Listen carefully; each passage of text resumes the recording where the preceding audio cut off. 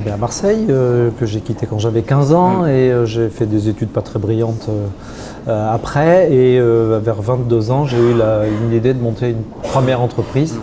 À l'époque déjà dans le online, puisque c'était le début du Minitel et que tous les journaux quotidiens voulaient s'équiper d'un serveur Minitel pour numériser leur business. Et donc mon premier métier, ça a été de développer des logiciels pour les journaux et les équiper en serveur Minitel, ce qui ensuite s'est donné 10 ans plus tard en créant un portail internet dans les années 2000 qui s'appelait iFrance, que j'ai revendu à Vivendi.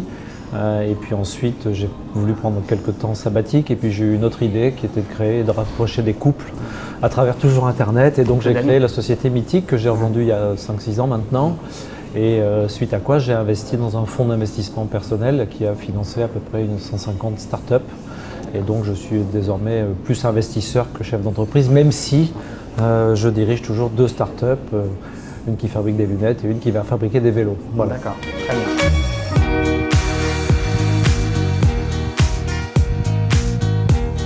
J'ai pas décidé de donner une cohérence à ma collection et j'ai pas voulu le faire. D'abord, j'en ai pas la compétence et puis c'est pas ce que j'ai voulu faire. J'ai voulu faire une collection qui me touchait.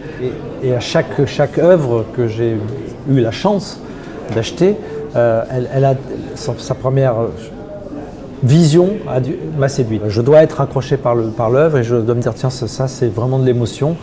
Et ensuite peut-être je ferai le chemin de la comprendre, de l'analyser, de la mettre en cohérence. Mais enfin finalement ce qui est drôle c'est que cette collection qui n'avait aucun sens, qui pris l'un à un n'avait vraiment aucune cohérence, à la fin rétrospectivement j'ai compris quand même que c'était un peu un reflet de moi et qu'elle avait raconté une histoire que était celle à l'époque qui était la mienne.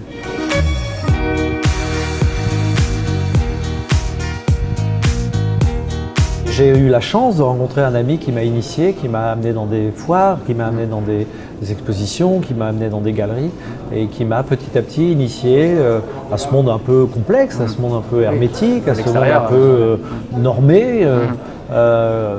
Et puis que j'ai peut-être regardé avec un regard différent que était le mien, en disant voilà, après tout cette œuvre elle me plaît et puis je verrai plus tard si je la comprends ou pas. En attendant elle sera sur mon mur parce que chaque matin quand je la verrai, je sais qu'elle m'interpellera.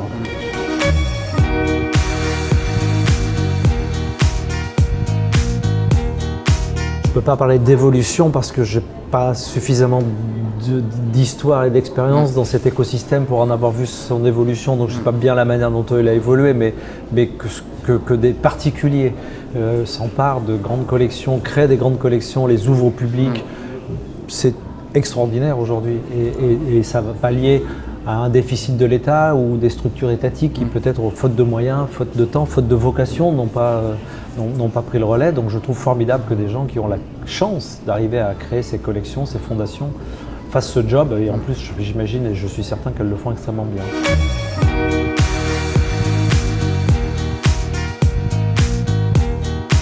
Ma préférence et mon vote est allé au Benjamin de l'étape, Ruggi, qui a priori n'était pas mon favori, mais après l'écoute attentive de sa présentation m'a séduit, donc j'ai voté pour Ruggi.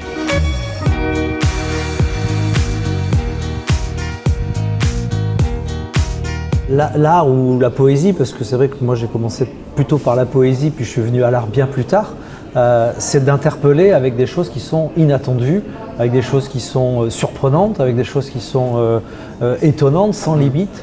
Et la principale fonction de l'art, c'est d'interpeller. Je passe devant une toile, soit je suis interpellé par son aspect esthétique et je me dis tiens, c'est beau, c'est laid, ça me parle. Ensuite, il y a une démarche intellectuelle. Pourquoi ça dit ça ? Pourquoi ces couleurs ? Pourquoi ces formes ? Pourquoi ces mots quand c'est de la littérature ou de la poésie ? Donc, c'est interpeller et faire arrêter les gens à un moment. En leur disant voilà, vous êtes devant une œuvre, on arrête tout le reste, le monde peut s'arrêter. Qu'est-ce que ça me dit ? Qu'est-ce que ça provoque ? Qu'est-ce que ça me fait ressentir et c'est important dans ces sociétés aujourd'hui où tout va tellement vite, où tout est immédiat, où tout est futile et souvent où tout est difficile intellectuellement à intégrer. C'est que le monde dans lequel on vit est devenu très compliqué. Une œuvre finalement c'est très simple. La première approche. Ensuite, on peut rentrer dans la démarche intellectuelle qui a amené à la création de l'œuvre. Mais en tout cas, sa spontanéité est totale et ce qui est de plus en plus rare dans le monde dans lequel on va. Donc, plus je pense que le monde va vers des choses complexes, rapides, avec beaucoup d'informations, plus l'art est important parce que c'est une petite respiration, c'est un moment où on s'arrête, un moment où on regarde et un moment où on réfléchit. C'est le luxe ultime finalement, ça coupe le temps quoi. Bah, ça coupe le temps et c'est ça. À date la seule manière qu'on a trouvé d'arrêter le temps.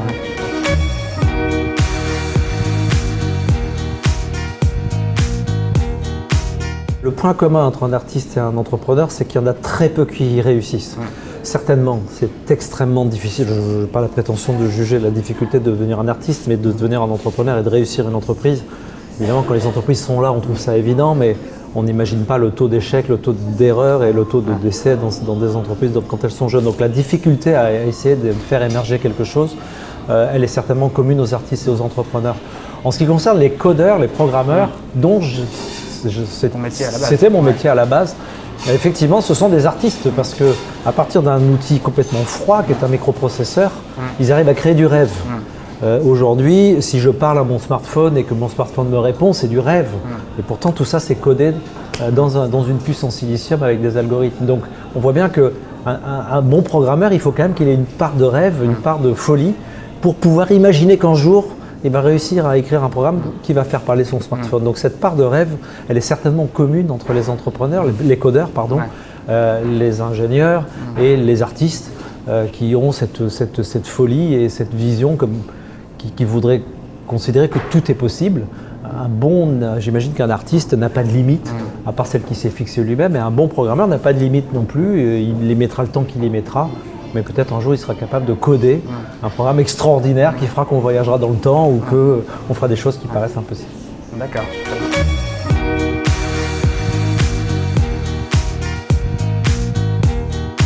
C'est très prétentieux d'avoir écrit cette espèce de biographie alors que je ne sais pas ce que je voulais faire. Je voulais raconter l'histoire de Mythique, mais j'ai eu un éditeur très intelligent qui m'a dit « Oh, mais tu devrais raconter un peu avant, un peu après, puis finalement ça fera raconter ta vie. » À qui est-ce que je raconte cette vie-là?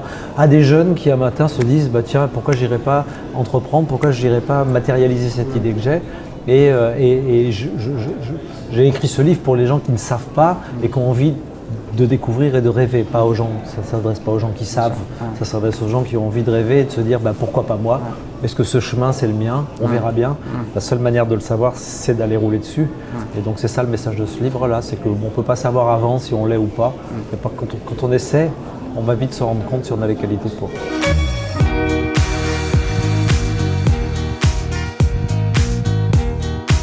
Si on était il y a 10 ans, je vous aurais dit du débit, mais maintenant c'est réglé. Il manque un peu d'humanité et c'est encore un peu dématérialisé, c'est encore un peu abstrait, c'est encore un peu asocial. Même si les réseaux sociaux sont là, mais on s'aperçoit qu'en fait on connaît plein de gens qu'on ne connaît pas et qu'on ne connaît plus les gens qu'on connaissait. Donc il manque un peu d'humanité encore. Je ne suis pas sûr que ça arrive un jour, mais l'art sera pour ça. Parfait. Merci beaucoup Marc. Merci beaucoup. À bientôt.